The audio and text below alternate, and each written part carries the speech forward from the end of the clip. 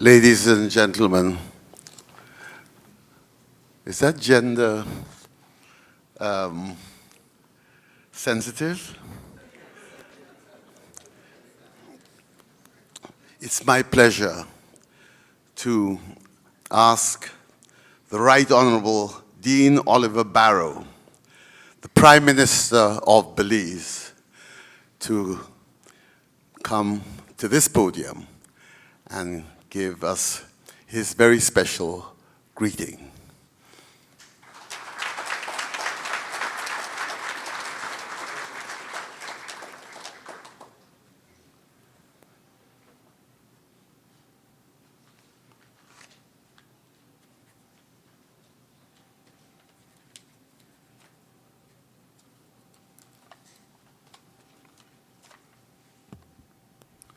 Thank you very much, Mr. Master of Ceremonies. The Honorable Mr.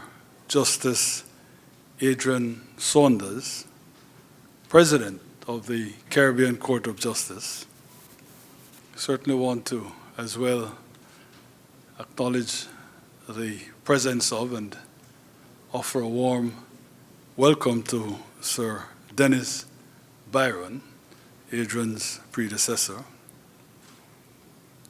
Mr. Justice Peter Jamadar, Chair of the Caribbean Association of Judicial Officers, thank you for a very entertaining presentation, sir. And I know you've only recently been elevated to the CCJ, and I don't want to be premature, but I am here to tell you that after you retire, there's certainly a life for you in politics. And don't let anybody tell you that it would be a demotion. The Honorable Kenneth Benjamin, Chief Justice of Belize and host of the conference, other justices of the CCJ, chief justices, heads of judiciaries, judges, magistrates, and court administrators, Mr. Deputy Prime Minister, Minister Anthony Martinez, Mr. Mayor of Belize City, Bernard Wagner. Distinguished ladies and gentlemen, I sincerely welcome all of you to Belize. In doing so, however, I want to record special satisfaction at the presence in your number of one Mr. Justice Dennis Barrow of the CCJ. I believe this to be his first return since his appointment to the country of his birth, wearing, even if not literally, his judicial robes. And he will understand why a certain consideration, which he and I know as the Nolberto imperative, compels me to note his homecoming with a salute both personal and ex officio. I no doubt just transgressed by allowing myself that bit of familial interplay. So let me pass quickly now to my proper role this morning. I'm very pleased to have been invited to deliver remarks at this 6th Biennial Conference of the Caribbean Association of Judicial Officers. Having, I must confess, not been aware until now of the existence of the organization, three things delighted me about the invitation. First, it is a matter for commendation that judicial officers in the region had the foresight to charter a body dedicated to the all-important issue of continuing education. Second, the inclusion of non-English speaking, non-common law countries also says a great deal about our salutary recognition of the need for an ever-broadening notion of regionalism. And finally, it did not escape me that this 6th biennial also marks your 10-year anniversary. And as my wife earlier this year reminded me, 10-year anniversaries are a great cause for celebration. Mr. Chief Justice, I do hope, though, that since this is a different type of anniversary, its 10th year celebration won't cost you as much as mine cost me. And actually, I should point to a fourth feature that I found a matter for both interest and approbation. It is the fact that, as employed by the association, the term judicial officers is a compendious one. Besides chief justices, heads of judiciaries, judges and magistrates, it includes registrars and court administrators.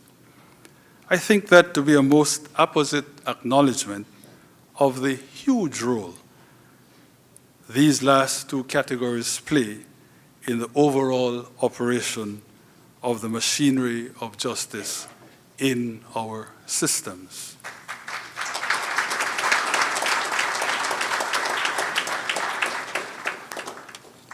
So, going hand in hand with my pleasure at being here is a large sense of privilege.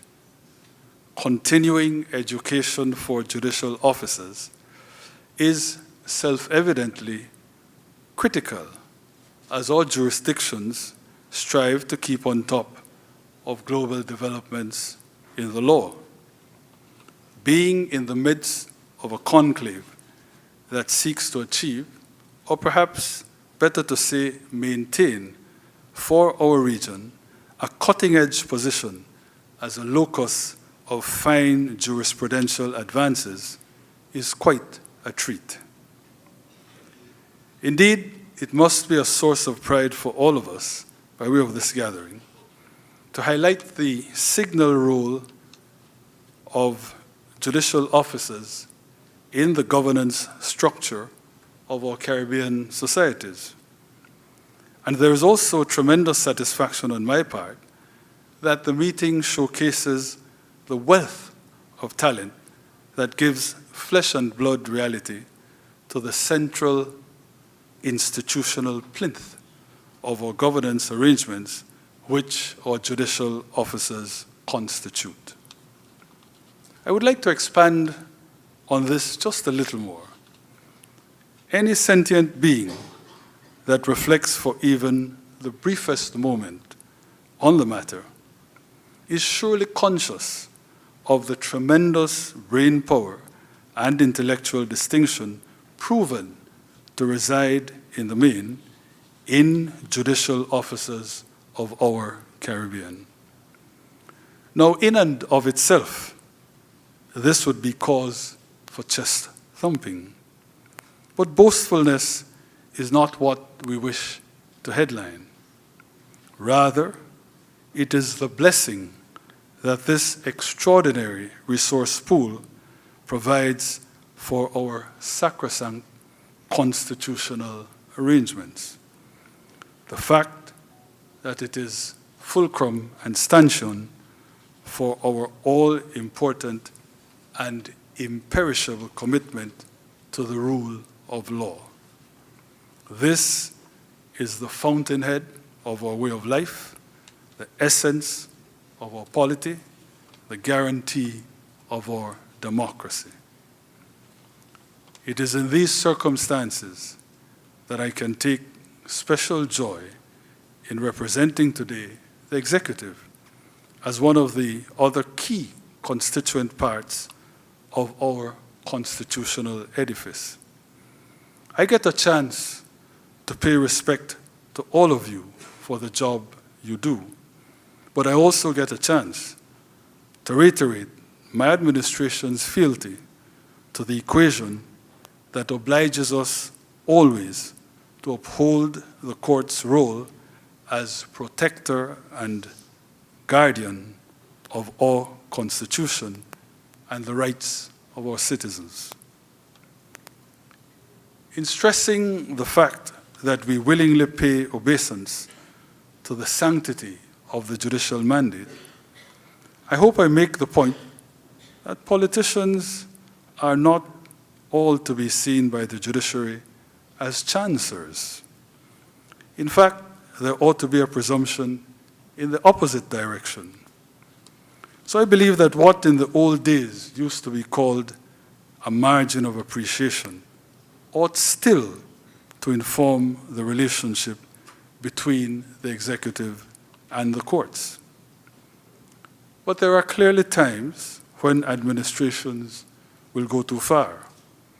All sectors in our society, therefore, including the executives themselves, ought to be grateful for the checks that judicial officers impose on either genuine governmental mistake or deliberate overreach.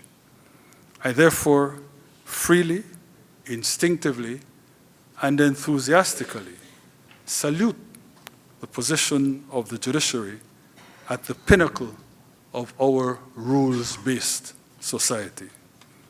Thus, notwithstanding what sometimes appears to be the preponderance of cases in which my administration comes out on the wrong end of court judgments, I praise the courts and wouldn't have it any other way.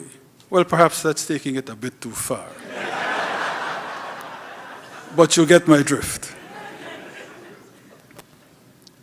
I do want to close on a note that is perhaps a slight departure from what I hope has otherwise been an intervention rooted entirely in sweetness and light. It is impossible, in view of the differing personalities of judges, to lay down fixed rules of behavior to govern every tick and every crotchet of every judge. But surely there must be minimum standards of civility, attitude, and courtesy that judges are obliged to display. All litigants, I don't say particularly, including, but I don't say particularly governments, are entitled to respect. Certainly here in Belize, though, complaints are heard, they're not legion, but frequent enough, concerning judicial conduct claimed to sometimes border on the abusive.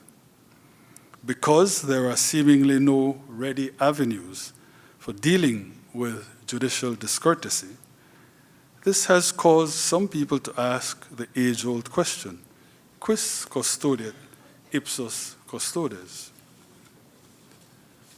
But for purposes of today's intervention, I content myself merely with reminding that the confidence we must be able to maintain in our judges is confidence in the round. It must, therefore, encompass as well propriety in matters of deportment and temperament. But let not that little cavil detract from what has been of most importance here today, celebrating the soaring heights that Caribbean jurists so often reach, and the less lyrical, but just as important, sound workaday judgments that are turned out in countless numbers. They both contribute to what citizens approaching our courts can always confidently expect. Fair play from you, whom I sincerely thank, and who enable me to end on a justifiably laudatory note in your honor. I wish the conference every success.